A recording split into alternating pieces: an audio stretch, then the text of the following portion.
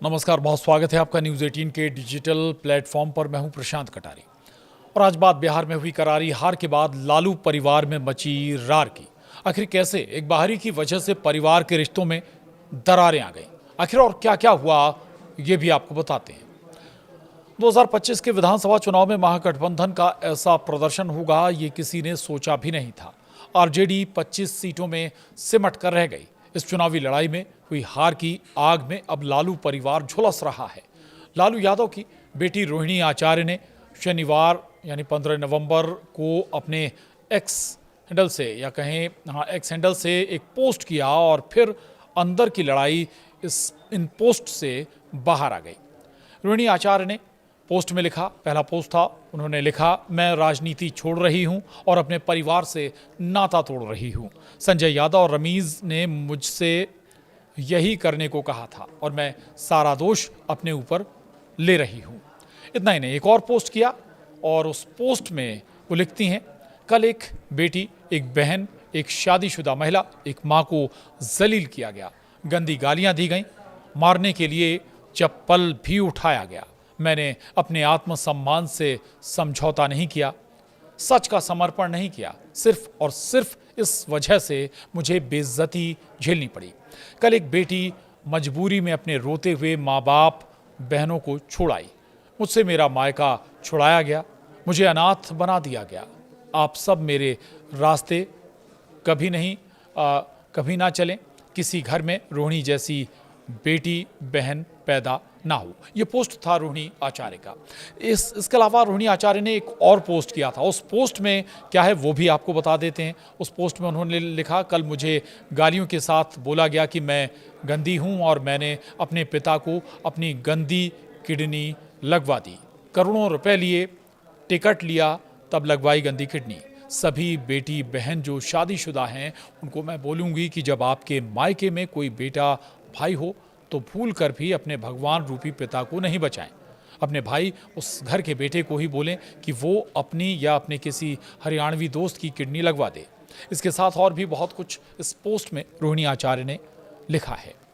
अब सवाल आता है कि आखिर कैसे शुरू हुई परिवार में ये लड़ाई।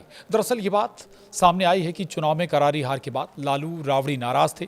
तेजस्वी यादव की जो कोर टीम है उसके कामकाज से वो संतुष्ट नहीं थे। चुनाव में करारी हार के बाद 15 नवंबर को तेजस्वी और रोहिणी में बहस हो गई। दोपहर का वक्त था। रोहिणी आचार्य आरजेडी की हार के लिए संजय यादव और उनकी टीम को जिम्मेदार बता रही थी। इस पर तेजस्वी यादव ने आपत्ति जताई। बात यहीं से आगे बढ़ती चली गई और रोहिणी आचार्य का तेजस्वी पर यह आरोप है कि वे संजय यादव के अलावा किसी की बात को नहीं सुनते हैं। विवाद के दौरान रोहिणी आचार्य ने यह कह दिया कि जब चुनाव में सब कुछ संजय ने किया तो जिम्मेदारी भी उसे लेनी चाहिए। यहाँ बता दें कि संजय यादव के साले सुमित जो हैं वो तेजस्वी के पीए हैं। पीए बनाए जाने पर भी रोहिणी आचार्य भड़की हुई थी। सूत्र बताते हैं कि रोहिणी ने तेजस्वी से बहस के दौरान संजय यादव के सहयोगी रमीज और अदनान की मनमानी की बात भी कही थी। इस पर तेजस्वी यादव को गुस्सा तक आ गया और सूत्र तो ये भी बताते हैं कि तेजस्वी ने हाथ में चप्पल तक उठा लिया था और जिसका जिक्र रोहिणी आचार्य अपने एक्स पोस्ट में भी कर रही हैं। और इतना ही नहीं, ये जाहिर करता है कि मामला कितना आगे बढ़ गया था। इस दौरान मीसा ने बचाव भी किया। इस पूरे घटनाक्रम में बीच बचाव किया तो दूसरी तरफ राबड़ी देवी को भी इस बहस के बीच में आना पड़ा था। तो लालू परिवार में जब ये सब हो रहा था तो उस वक्त दूसरी बेटी और सांसद मीसा भारती भी मौजूद थीं।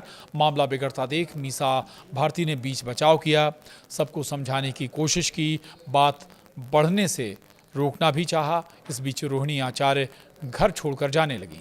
शाम हो चुकी थी। हालांकि उनकी मां राबड़ी देवी ने रोकना चाहा लेकिन वे नहीं रुकीं। पटना एयरपोर्ट पर रोहिणी आचार्य ने मीडिया को बयान भी दिया। परिवार के खिलाफ बोला भी। इसके बाद वे दिल्ली के लिए रवाना हो गए। ये तो बात थी रोहिणी आचार्य की, जो रोहिणी आचार्य ने बताया पोस्ट के जरिए कि आखिर क्या क्या हुआ उनके साथ। और जो हार हुई उसके बाद संजय यादव की भूमिका पर भी सवाल उठे, 2 और नाम भी सामने आए। इतना ही नहीं, तेजस्वी यादव के भाई तेज प्रताप यादव ने भी जिक्र किया था, जयचंद जैसे शब्द का इस्तेमाल करते हुए उन्होंने जिक्र किया था कि कौन परिवार को तोड़ रहा है, किसने परिवार को तोड़ा, किसने भाई को भाई से अलग किया, वो भी उन्होंने जिक्र किया था। यानी लालू परिवार में जो टूट हुई है उसके कई बड़े कारण अब धीरे धीरे इस हार के बाद निकलकर सामने आ रहे हैं। नमस्कार।